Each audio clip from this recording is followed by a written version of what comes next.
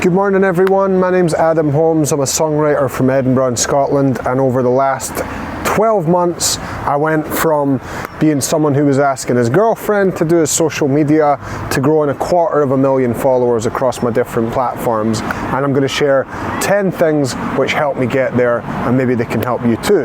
The first one is posting 3 times a day. That probably sounds like a lot to you right now. It just sounds like a lot because you haven't actually done it, and when you get used to the volume and you get used to making it a part of your life, 3 times a day won't even seem like that much. A lot of why it's difficult right now is because you don't have the skill, you don't have the shortcuts, you don't have the things that make it easy, but once you do, it is easy. It becomes way easier. So don't expect to be able to do it before you've done the work of posting consistently 3 times a day for at least 12 months. The second tip is to think about your journey on social media as a 10-year journey. I think most of us, when it comes to social media, want results quickly. We don't get a result quickly and then we give up. That was definitely me. I'd try posting consistently for 3 times a day for like 3 months and I wouldn't get anywhere, and so I'd stop. You need to think about it as a 10-year thing. Get into it and think, I'm going to do this for 10 years. And the lovely thing when you start to think like that is you can just relax a bit, because it's okay that you haven't quite found your thing yet. It's okay that you don't know exactly what you're doing yet. You wouldn't expect to be able to play a violin in 12 months amazingly well. It's like any skill and it takes time. So if you think about it and frame it in a 10-year time period, you're going to get on loads better. The third thing which helped me loads is just willingness to experience the feeling of burnout. I think burnout is for me, is like an emotional state. There's this quality to it where I'll be sitting there at 9 or 10 at night and I know I've got one more post to do, and I can't muster the energy. I feel hot, I feel tired, I feel pushed to the edge of what I've got to give. And in that moment you have a choice. Your choice is that you can just put down the phone, go to the other room, just relax, let all the tension go and not do the post. And the other option that you have in that moment is to just feel the burnout, feel the physical emotion in your body as if you've almost been injected with it, and just let it be there in your body and post anyway. And if you're actually willing to just experience that feeling for the 10, 15, 20 minutes, you'll get the post done. But I think there's a lot of stuff in our culture these days about you shouldn't be feeling burnout, you should be feeling good and relaxed and peaceful. You're not going to feel like that all the time if you're consistently being visible and consistently pushing yourself to post on social media. Sometimes you're going to feel burnt out, and if you're just willing to feel that feeling for long enough to get the job done, you're going to do much better than most people. I like to actually think that when I hit that moment of like burnout, it just means I'm entering a territory where there's less competition, because most people stop at that point. So it's kind of almost a positive thing. The fourth thing I'd say is be willing to spend 4 hours a day on your social media. Again, that probably just sounds like a lot. It is quite a lot, but you know, if you want the result of having hundreds of thousands of followers, having hundreds of thousands of people paying attention to the art that you're creating in the world, that should be worth 4 hours a day to you. And 4 hours is something that you can do even if you're working a full-time job, even if you're a parent. You don't have an excuse to not do 4 hours a day. I'm working full-time on my business coaching people, I'm working full-time booking gigs, I'm working full-time doing gigs. I'm a single dad. So if I can do it, you can do it. If you live in the Western world, which if you're watching this, you probably do, you absolutely can commit 4 hours a day to doing it if you want that result. If you don't, fine. That's absolutely fine. I'd probably wager that your screen time is maybe close to that anyway. Most people have about 2 or 3 hours average screen time anyway. So if you just converted that screen time that you're scrolling and looking at stuff into posting and researching, you'll do loads better. But if you just accept that the cost of building that thing that you want is 4 hours a day, you're going to do way better. The fifth thing I would say, and this radically transformed social media for me, was to think about strangers first. Stop thinking about your family. Stop thinking about your friends. Stop thinking about the people that you grew up with seeing your stuff, and start thinking about strangers seeing your stuff. And when you start to do that, you'll introduce yourself loads better.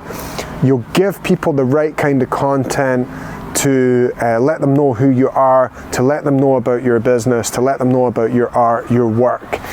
But if you're thinking, oh my God, my mum's on there, oh my God, my friend's on there, my brother's on there, my sister's on there, what if they don't like this story that I'm telling? What if they don't like the way I'm presenting myself? What if they think this? What if they think that? You're never going to push through, and you're never going to reach all of the amazing people that are out there that want to learn about your art, because you're so concerned about your friends and your family and the people in your hometown caring about what you're doing. So you have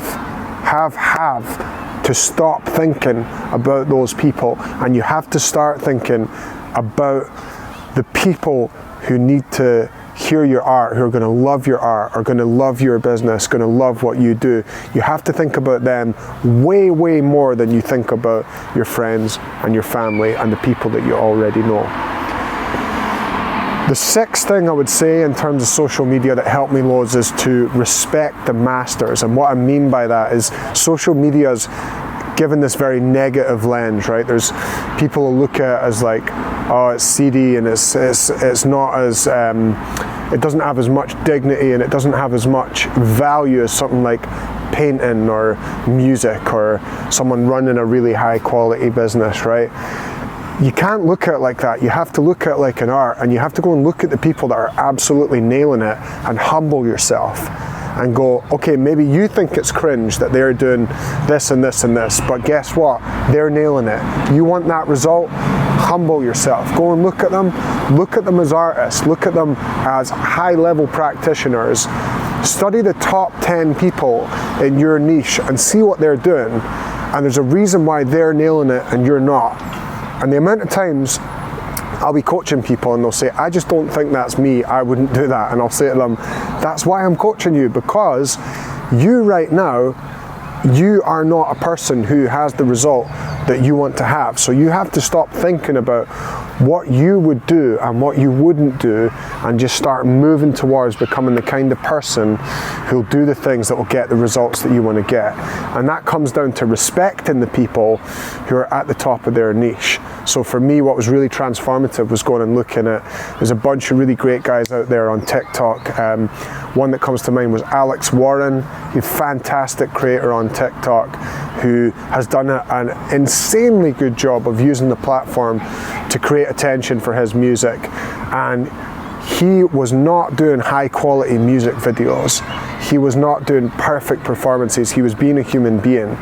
And whilst my style is very different to him on social media, I just got a ton out of looking at him and how he was doing things and seeing the humanity in what he was doing, and getting over myself enough to get myself out there consistently and share my art. So I would recommend going, finding the people who are at the top in your niche and respecting their mastery in the craft of social media.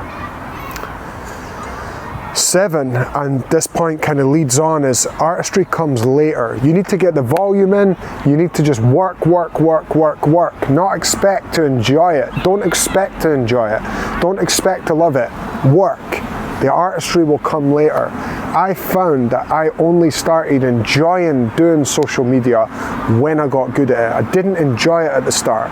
So if you're someone who's saying, I don't really enjoy doing social media, of course you don't enjoy doing social media. You'll enjoy it when you're good at it. The artistry will come later, but you have to be comfortable being bad at it for long enough to get good at it. And when you get good at it, you'll enjoy it, because you'll enjoy anything that there's mastery involved. So when you master it, or I'm not saying I've mastered it, but when you start to feel, more confident at doing it, you're going to enjoy it more. You can enjoy anything that you're progressively getting better at, but why would you expect to enjoy something that you're not good at yet? So don't worry about enjoying it. Don't worry about being an artist with it. That'll come. Just put the volume in, get better at it. The eighth thing I would say about social media is it is for you. You might be looking at right now and seeing people on there and thinking, I would never do that. That is not my style. That's not me. So social media is not for me. I saw a girl and her whole niche, right, is she sings into telephones for this kind of creepy ghostly effect and plays guitar, and she has like 1 million followers of people that just love her doing that. That's a great example of someone who she found her thing, right, and she made it work for her. And the great thing about social media is you can reach anyone in the world. You could have 100 people in Brazil. Hiya, how are you? You all right? You could have 100 people in Brazil. You could have 100 people in New York. You could have 100 people in London, right? And that's the beautiful thing, is you don't need to find all your people in one place. You can find them everywhere, and that's such an exciting thing, because it means that even if your thing is like boot polishing for people with small feet or something like that, like, you have an audience out there. There is an audience for you. You just have to do the work, and you will find them. And if you do the work in your way and you're authentic in your own way, and you find your version of authenticity, you will find your people. They are out there. You can do it. The ninth thing I would say about social media that helped me loads is you have to be willing to learn in public. You can't be waiting until things are perfect. You can't be waiting until you feel like you know exactly what you're doing. You have to put the wheels on as you drive.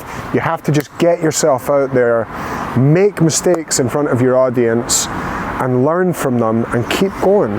But also, if you think about your social media as like the same as you think about your art or your albums or your business, you think about it as this kind of like perfect thing, you're gonna hold yourself back. Whereas if you think, I make this thing, I put it out, it's feedback, I can look at, I can think, what's good about that, what's bad about that, what worked, what didn't work, next, move on, learn in public. If you start to approach it in that way, things will really open up for you. The last thing I would share that really helped me with my social media, and hopefully it will help you as well, is the thought, it's not about you. Your success is not about you. Your growth is not about you. Your work is not about you. Your example is not about you. People vibing with what you do is not about you. This is such an insanely powerful, freeing, gorgeous thought to me. It's so expansive.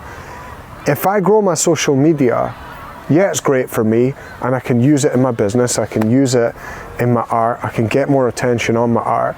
But also the amount of friends who I've had getting in touch saying, man, it's great, you're doing well, it's really inspired me to push myself and get myself out there. Or people saying, man, I'm so glad I found your music, it really helps me, it's helped me with this breakup I'm going through, it's helped me with this loss, this grief in my life, right?